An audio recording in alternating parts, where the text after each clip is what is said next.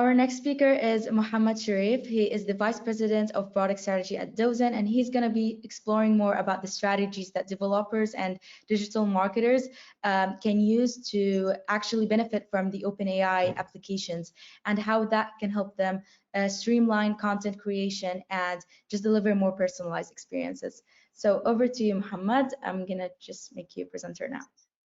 Thank you all, and Jennifer, a great talk and a great segue to where I'm going to with this. So very quickly, I'm gonna just introduce myself, and yeah, I'm Mo Cherif. I work in product strategy, and this is one thing that's really interesting when you start thinking about products and product strategy and how AI can help throughout your digital experience as a whole. So what we're gonna see today, or what we're gonna talk about, is how AI can be a content generator, how we can integrate that with Sitecore. Then we're going to look at how it can be a marketing strategist. So how can it help us in our market strategy in general, with our content ops, with our content planning, and so on and so forth. And then AI as a site developer. How can, as Jennifer mentioned, we can create full sites using AI. So we're going to see that. And then finally, we're going to look at what does the future hold? How is marketing in general going to change maybe in 5 years' time, or maybe even less, because of what's happening in the market? So let me just jump in, and I'm going to make it very interactive today. So I'm going to start off with Pages or Horizon. And I'm just going to, I have my sidekick here, which is my AI generator, and I'm going to ask it to create a title and a summary for an article about generative AI, because this is not a very interesting article, right? Name generative AI is a bit boring. What it will do is it's going to go and come up with a title for my my article here. So it says that the title can be Generative AI, the next frontier of content creation. Why not use that? And then maybe use a summary as well. So it's telling me the summary is generative AI is a type of AI, and so on and so forth. So let me put that summary in. Next, I don't want to write the article myself. I want it to help me write the article. So why not just take the title again and just tell it compose an article. So it's about generative AI, the next frontier, and I want it maybe a little bit funny, and I want it as a blog post and medium size. And I can start generating the draft. So we've created a full article from title, summary, and content directly from AI. I can also create images, as we've seen in the past presentation, that you can just create your images as well and upload your thumbnail directly in Content Hub and integrate it all from within AI. And that's kind of the first step. Like, this is what most people have started acquiring or using content, ChatGPT and OpenAI in general for. But where do we go from there? What's next in our arsenal of AI helpers? So why don't we just go back to ChatGPT itself, and you'll see here it's going and creating my article for me, and I can actually just tell it to add it to my site directly from here. So if I were to click here, it's already added it to Sitecore. I'll leave it continuing writing its article here, and of course I can go and create an image. So again, it knew that I was looking for generative AI, and it got me some images around that from DALL-E. So you have all these different things that you can do directly from the experience from your front end without having to jump out of Horizon or Pages. Now let me jump back, as I was saying, into more scenarios. So I want to start off with going into ChatGPT here and asking it a question. I want to create a content plan. We're going into April right now, and I need some help in creating my content plan for April. So what I'm going to do is ask it to create a content plan for the month of April. And I tell it what I have. I have a product launch, I have a Sitecore user group, and let's see what it does for me. And one thing I did do here is I told it to create it as a table so that I can have it as a table that I can put later on in Content Ops, Content Hub operations, so that I can just use it from there, and I can approve whichever ones I'm interested in and cancel which ones I'm not. And you'll see here that it's telling me what channel to post it on, what type of content, the title of that content piece, whether it's a blog, a LinkedIn post, a Twitter post, and so on and so forth. So you'll see that I'm starting to leverage it to help me do more of my work. Again, it's not meant to replace me. It's meant to support me in creating. I might tweak it a bit. I might ask it for more or ask it for less. I might start asking it to change it. And this is one thing for the developers who are attending the session today is we're now talking as a business user, right? I'm talking on how, as a business user, I can create this. But let me just stop generation here and tell it, create it in JSON format.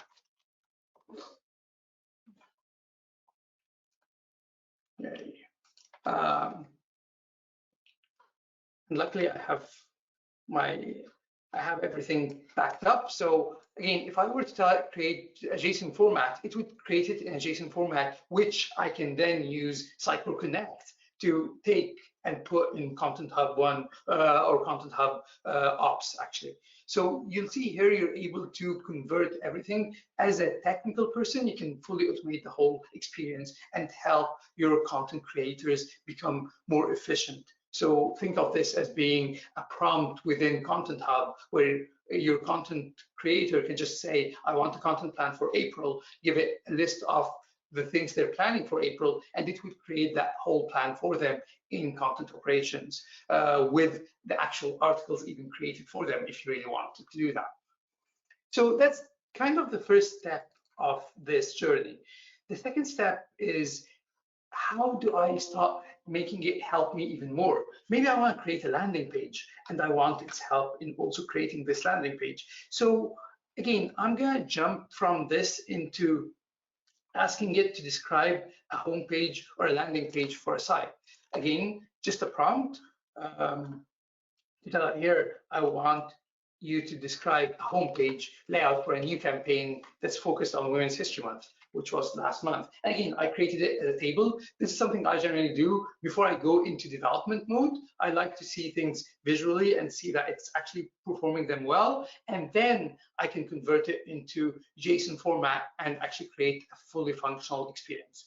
And this is actually what I'm going to show you next, is that as it's creating this, it's kind of designing the layout for that page. So it's saying it should have a header with a navigation menu that contains home, about, events, featured stories, and so on and so forth. And then above the fold, it should have a hero banner with that following background image, main headings, and so on and so forth. And you'll see it would go on and on creating that structure for my page. And it's really important to think that way because of two things. One, yes, it can create HTML, but it's going to be different every single time. Whereas if you have your own design system, you can fine tune it to only use your design system. So you're now able to not only tell it to create a homepage, and maybe every time it's going to create something unique that might not fit with your brand, you can start giving it your design system, and then it would create it based on your design system only. Again, using front-end as a service or components, cycle components as an example. So as this is doing that, I want to show you how I turn this into something completely completely developed. So here's my landing GPT, which is a site creator. So first I tell it the description, so Women's History Month, and then I tell it to generate sections. What it's doing is it's actually doing the same steps that were occurring here. It's writing these different sections, and what it's going to show me once it's done is a set of sections, as you can see here on the left. And I can choose to move these sections around if I wanted to. Like if I want to reorder them, I can add my own sections as well to it. So I have that ability to customize over what it's done, and then click on generate page. And what it will do is generate a full page for me, which is completely there. Again, the imagery is using Unsplash right now, but you could even make it generate your images for you. So you have a full page. Again, maybe for ideation, maybe by fine-tuning it, you can actually use it with your own design system, so it knows your components from pages, or it knows your components from a front-end as a service or components, and generate the page for you. And the unique thing about that is it's not only generating the page, it's creating content for it as well. So you'll see here, it can create like informational content. So it's combining both that developer piece and the content generation piece all into one. And again, this is something you can really utilize in different ways. So here I decided for it to create a book for my kid. So I created a story book generator where I give it a character description, a story description, and it was able to create a full book with the imagery here of the story, and I can read it for her at nighttime, or I can publish it as a hardcover book. And this is actually what I did for my daughter. She wanted to write her own book, or she wanted to generate her own book. So we created Maya and her AI unicorn, which because she loves unicorns. So again, that ability to generate content and imagery is something that you can fully utilize to create your own business, but also to utilize in your day-to-day work, in your digital experience as well. Now, jumping from that and what we've seen so far is we've seen how AI can create content for us. We've seen how it can be a marketing strategist for us by creating our content plan. It can even generate ideas for us, as well as creating sites for us. But what does the future hold? This is the next thing I think I want to really discuss is where are we going from here? And I think in the couple of months, if not years, going forward, it's going to help us speed things up. It's going to help us create content faster, easier, and more efficiently. But moving forward from that, we're going to see how it's going to change a lot of what we do in our day-to-day work. For example, how will SEO change when you can just ask Bing through chat the question?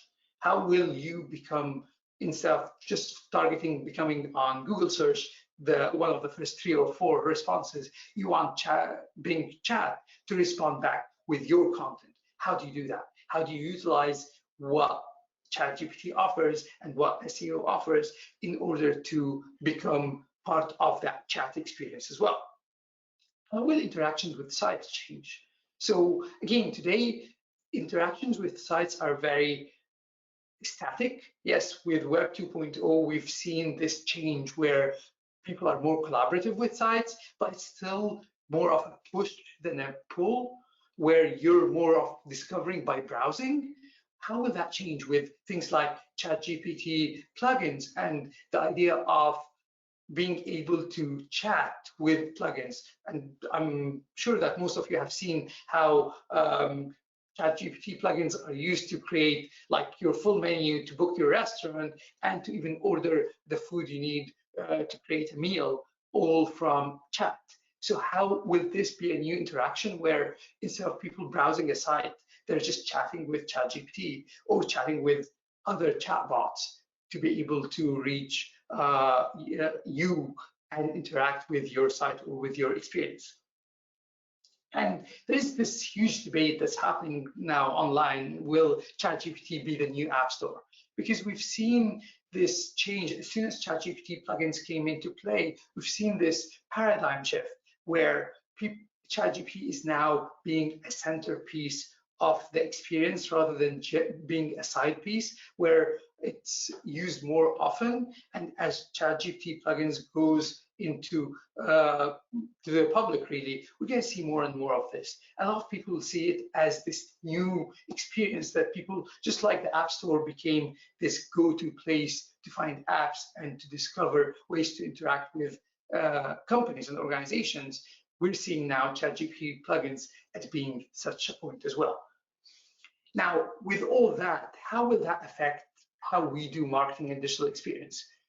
It's going to affect it in the way we think about SEO. It's going to affect the way we think about our sites. So instead of just talking, or our experiences, so instead of just talking about digital experiences that are on the web and maybe on mobile, we're going to talk about how these digital experiences become on ChatGPT and on plugins as well. And this is where composable architectures become more and more important, because it will become essential, because you're no longer serving content from one single source, which is web, or even two which are web and responsive or mobile. You're now serving different experiences like chat. So headless and composable become more and more core to our experiences. And with that, I hope I haven't gone too long. Thanks, and I'll give it back to you. Thank you, Mohamed, for the informative session. It was amazing. And Thank you for sharing like the different tips and ways that we can use these OpenAI applications in our day-to-day job, and basically how we can build interactive marketing campaigns and dynamic landing pages using these platforms.